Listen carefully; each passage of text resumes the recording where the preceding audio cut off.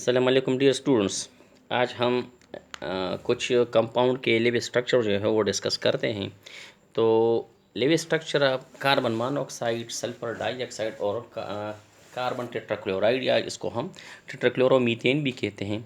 तो इसका live structure जो है वो किस तरह बनता है। तो आइए सबसे पहले कार्बन मोनोऑक्साइड की तरफ चलते हैं। तो इसका लिव स्ट्रक्चर जो है वो क्या होगा। कार्बन जो है, कार्बन मोनोऑक्साइड में ये कार्बन जो है ये ग्रुप 4 से ताल्लुक़ रखता है। तो ग्रुप 4 से जब ये ताल्लुक़ रखता है तो इसके वैलेंस शेल में 4 इलेक्ट्रॉन होते हैं।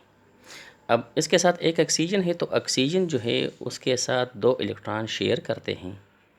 तो इसी तरह ऑक्सीजन का जो ऑक्टेट है वो कंप्लीट हो जाता है।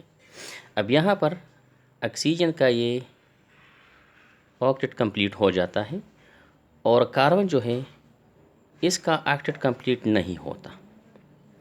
तो इसका जो स्ट्रक्चर बनता है वो इस तरह बनेगा। तो कार्बन को एक इलेक्ट्रॉन पेयर की ज़रूरत होती है। तो ये इलेक्ट्रॉन पेयर जो है असल में इसका जो ये इलेक्ट्रॉन पेयर है ऑक्सीजन का, ये कोऑर्डिनेट कोवैलेंट बॉन्ड कार्बन के साथ बनाता है। तो इसका स्ट्रक्चर जो है वो इस तरह अब बनता है। ठीक, तो ये इसका लिव स्ट्रक्चर होता है। अब सल्फर डाइऑक्साइड जो है, सल्फर डाइऑक्साइड का जो लिव स्ट्रक्चर है वो इस तरह बनेगा कि सल्फर जो है वो सेंट्रल एटम है, इस ऑक्सीजन ग्रुप से इसका ताल्लुक़ है, यानी ग्रुप 6 से ताल्लुक़ रखता है। तो सल्फर के बैरूनी मदार में हम कहते हैं कि 7 इलेक्ट्रॉन होते हैं। अब ऑक्सीजन, इसमें 2 ऑक्सीजन है, तो हर ऑक्सीजन 2-2 इलेक्ट्रॉन इसके साथ जो है वो शेयर करता है। तो इसी तरह ये सल्फर डाइऑक्साइड जो है इसका स्ट्रक्चर इस तरह बनेगा।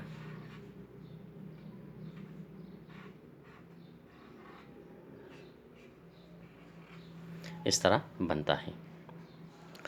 और कार्बन टेट्राक्लोराइड जो है CCl4, तो CCl4 में भी ये स्ट्रक्चर इस तरह बनेगा कि कार्बन जो है वो सेंट्रल एटम है और सेंट्रल एटम कार्बन जो है ये ग्रुप 4 से इसका ताल्लुक़ है। तो 4 क्लोरीन इसके साथ एक इलेक्ट्रॉन जो है वो शेयर करता है। तो हर इलेक्ट्रॉन क्लोरीन के वैलेंस शेल में 7 इलेक्ट्रॉन होते हैं। तो इस तरह ये इसका ऑक्टेट कंप्लीट हो जाता है। तो दूसरा क्लोरीन भी इसके साथ इलेक्ट्रॉन शेयर करता है। तो इस तरह ये भी ऑक्टेट बनाता है।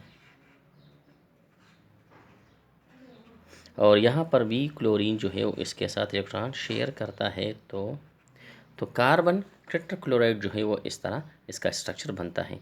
तो इसका स्ट्रक्चर इस तरह हम बनाते हैं कि CCl4, तो ये CCl4 जो है इसका स्ट्रक्चर इस तरह बनेगा।